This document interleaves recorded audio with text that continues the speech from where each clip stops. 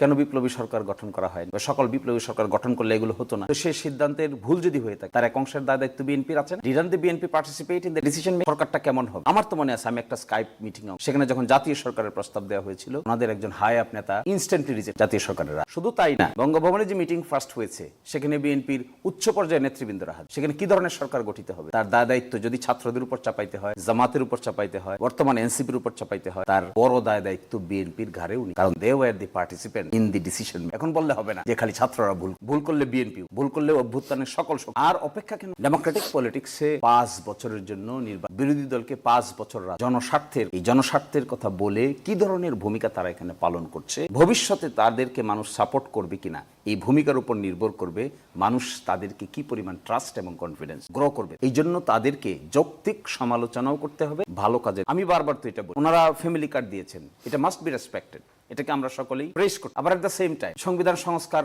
সভার শপথ নেন নাই, এটাকে ভয়ানকভাবে কারণ তারা তাদের ট্রাস্ট এবং কনফিডেন্সের জায়গা থেকে সরে গিয়েছেন। এই জায়গাটা বারবার বলতে হবে, দিস ইজ দেয়ার প্রবলেম।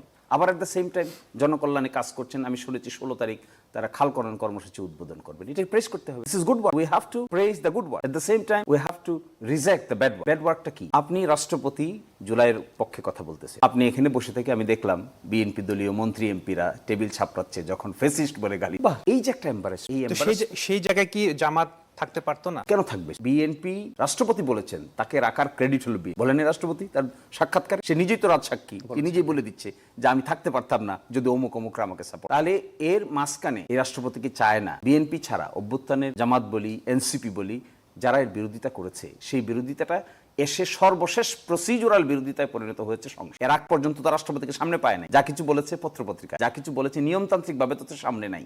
নিয়মতান্ত্রিকভাবে প্রথম সামনে এসেছে যেদিন তিনি ভাষণ দিবেন সেই দিন।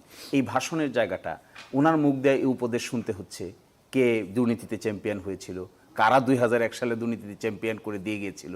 বিএনপি তখন 2001 থেকে 6 সালের যে সরকার ছিল ওখানে তো আমরাও পার্ট ছিলাম, ওই পার্টের সরকারে আগের সরকারের দুর্নীতির চ্যাম্পিয়নশিপের ক্যারিকেচার বহন করেছে এবং এখানে এসে কিভাবে গণতন্ত্রের উত্তরণ হয়েছে, 1400 লোক মৃত্যুবরণ করেছে, ফেসিস্ট বলে গালি দিচ্ছে সরকারকে আগের সরকার। আর সেই রাষ্ট্রপতির ভাষণ এখানে বসে বসে শুনতেছি। আমার মনে হয় এইটা শুনতে বিএনপির কাছে কেমন লাগে আমি জানি না, তবে রাষ্ট্রপতির জায়গাটাকে যদি ট্রাস্ট ওয়ার্থি ক্রেডিবল রাখতে হয় তাহলে সত্যিকার অর্থে ক্রেডিবল লোককে ওখানে বসাইতে হবে, কারণ এটা সম্মানের জায়গা, এটা কিন্তু যুক্তিতর্কের জায়গা না। সব অঙ্গ ফেল করে গেলে রাষ্ট্রপতি ইজ দ্য শেষ পয়েন্ট। ওখানে আমরা একটা মিসট্রাস্টে ভুগতেছি।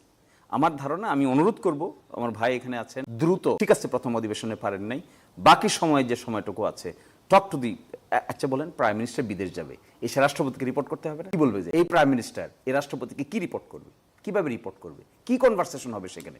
একটা চক্ষু লজ্জা বলতে কিছু নাই মানুষের? যে লোক একটু আগে মানে আমাদের সবাইকে এই দেশ থেকে তাড়িয়ে দিয়ে যে কথা বলেছে আর এখন যে কথা বলতেছে 180 ডিগ্রি অ্যাঙ্গেলে লোকটা পোল্ট্রি বেড়ে, এই পোল্ট্রিওয়ালা লোকটাকে আমরা এখানে রেখে সবাই কমফোর্টেবল হচ্ছে না। ট্রাস্টের জায়গাটা একটু শেকি হয়ে গেছে, পুরাটাই শেকি হয়ে গেছে। আপনি জুলাই অভ্যুত্থানের পক্ষের শক্তিদের মধ্যে যতই যে বিতর্ক করুক না কেন, আন্তরিকভাবে একটা লিঙ্ক তো তাদের মধ্যে আছে। সেটা কি? তারা জুলাইকে রেসপেক্ট করে, সকলেই জুলাইকে রেসপেক্ট করে, এই কমন জায়গা তো আছে। এই কমন জায়গাটার মধ্যে ফাটল ধরতে হবে কেন রাষ্ট্রপতির ইস্যুতে? না দেখে বরঞ্চ রাষ্ট্রপতিকে যদি তারা সরিয়ে দেন কিংবা তাদের উপদেশ ছাড়া তো চলবে না, 2/3 মেজরিটি আছে, শুধু আকার ইঙ্গিত দিলেই রাষ্ট্রপতি থাকবে না।